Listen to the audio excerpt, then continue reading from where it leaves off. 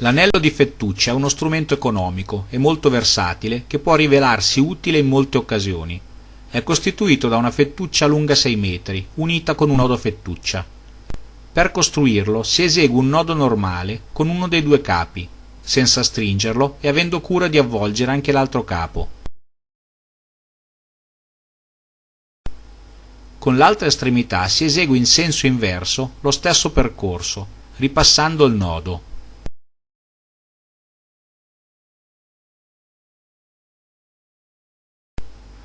Si verifica che non ci siano torsioni lungo l'anello. Si stringe bene il nodo tirando tutti i lembi e assicurandosi che le estremità del nodo siano lunghe almeno 4-5 cm. Con l'anello di Fettuccia va usato un moschettone a pera. L'anello di Fettuccia e il moschettone possono essere tenuti in diversi modi all'interno della divisa.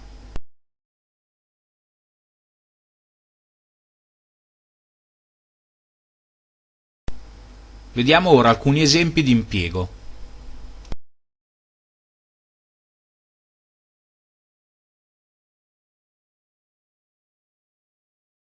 Go ahead and remove the carabiner, but keep it available. Take the weapon and bring it behind you, like so.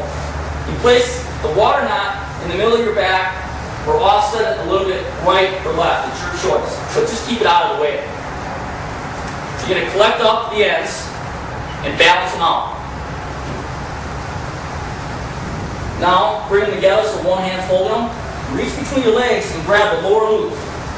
You're going to pull that lower loop up and take the ends in one hand and bring them through. Bring that lower loop over the top. So bring the ends through, lower loop over the top, and let go of that lower loop so you can secure both sides. Bring the webbing up to your waist and hips. Now you're going to take each side and put your right arm through one and your left arm through the other. Resecure that carabiner, and you're going to connect those ends together behind your back.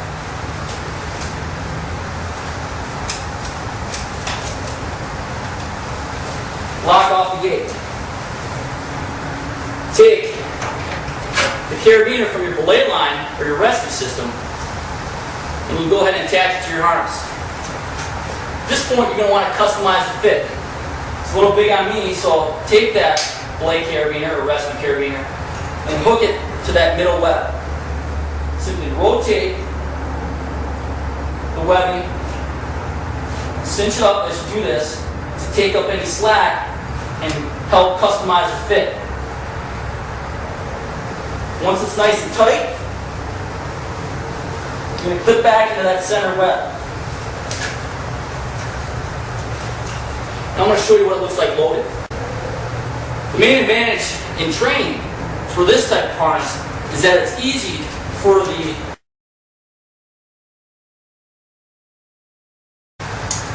So, just like in the first harness, remove the carabiner but keep it available. You're going to gather the webbing up and you're going to kind of place it on the ground with the water knot in the center. And what you're trying to do here, I don't know how well you can see this, but you're making a big figure 8 with the cross point being at the water knot. Take your left leg and go through one loop of the 8 and take your right leg and go through the other loop. Water knot stays right in the middle. Make a twist on one side with the webbing and bring one arm through. Same thing on the other side. Another twist and bring that arm through. Bring the webbing up to your waist. Now this is best done performed with 2 people. I'm going to show you that it can be done with just one. So balance out the ends. And now to take up the slack with this harness, you're going to tie a lace or square knot. So gather the webbing up.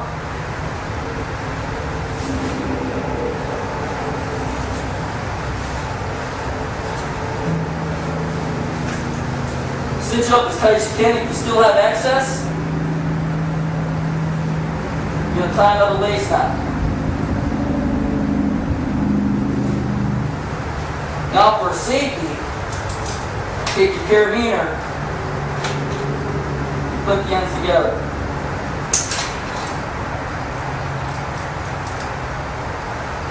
You can either attach right here to your blade or rescue carabiner, or you can go all the way low, or even a lower attachment point.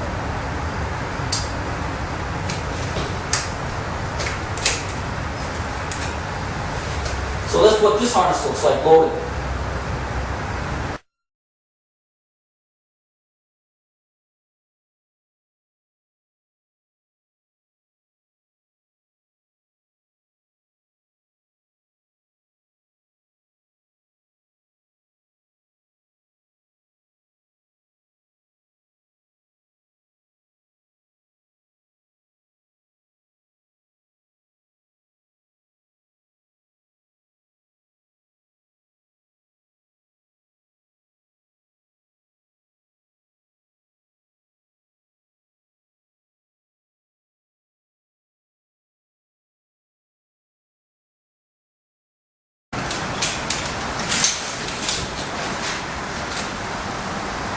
Remove the carabiner, but again, keep it available.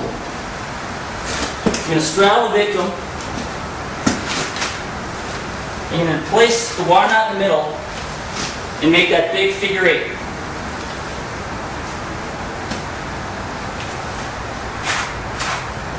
Set it up about mid-thigh. Take the lower loop and bring one leg through. Same with the other.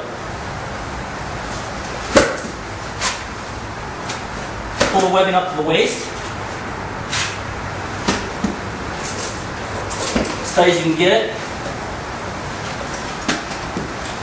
Grab both ends, balance them out. Make that twist on one side, and insert an arm through. Bring it up over the shoulder. Make the twist on the other side, and bring in that arm through. Bring this webbing loop up to the shoulder. You can start to see why multiple rescuers makes this operation a lot more efficient.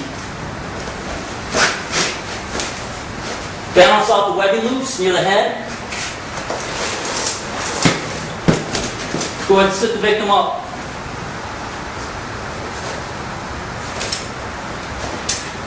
Pike it up as tight as you can, and go ahead and tie that lace knot. First one is to cinch the harness up around the victim. You can finish with another lace knot and make a square knot.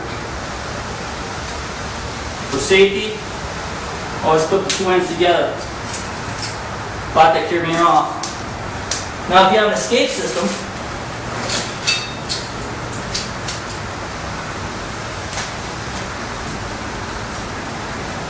you can attach in here, or if you want to get close to the body like I showed you earlier, clip right next to the victim. Lock it off. I use the Crosby as a follow-up. Now, you wouldn't do this alone, but if you had multiple rescuers, you'd lift the victim off the sill, hold on to your escape system. This is self-braking DCV, so I can actually hold on to these two loops. We can ease the victim out over the threshold of the windowsill, and then I can lower or belay the victim down using my escape system.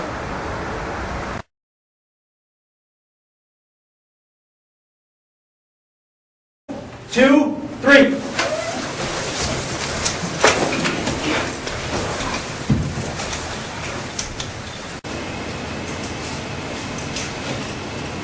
You can hang out of the carabiner, take the ends of the webbing, clip into the carabiner, and lock it off.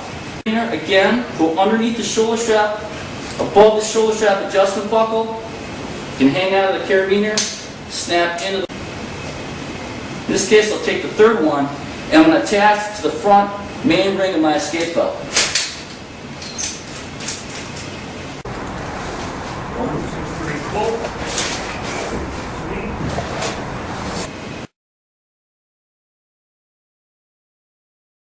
So, show you what that looks like.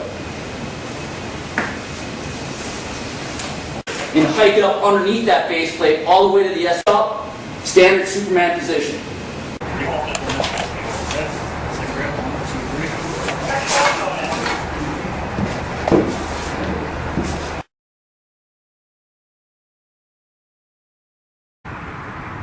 First step is to remove the carabiner, clip it back to your belt so you don't lose it. If you're working with the smaller loop or double up version, you're going to start about 5 feet back from the pipe. On the side that you're working from, take the water knot end and come underneath the hose line. Come back over the top, through the free end and tie a girth hitch.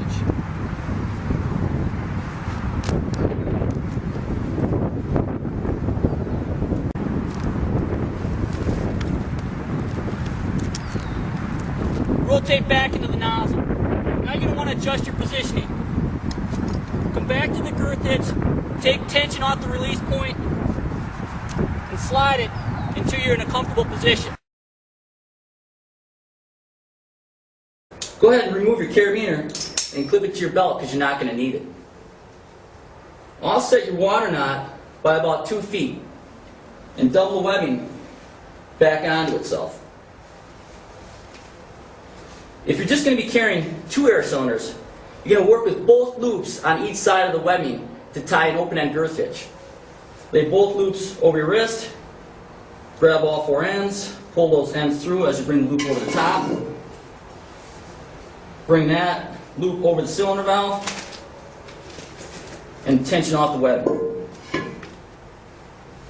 If you're going to be carrying 4 air cylinders, you're going to work with each loop individually on both sides to tie an open-end girth.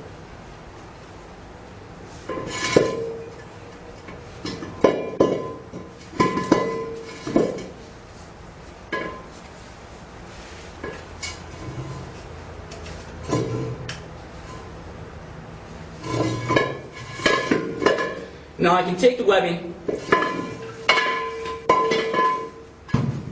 place it on my shoulder or even on an SCBA, which will free up my hands to carry additional equipment or to use the hand railings to make climbing the stairs easier.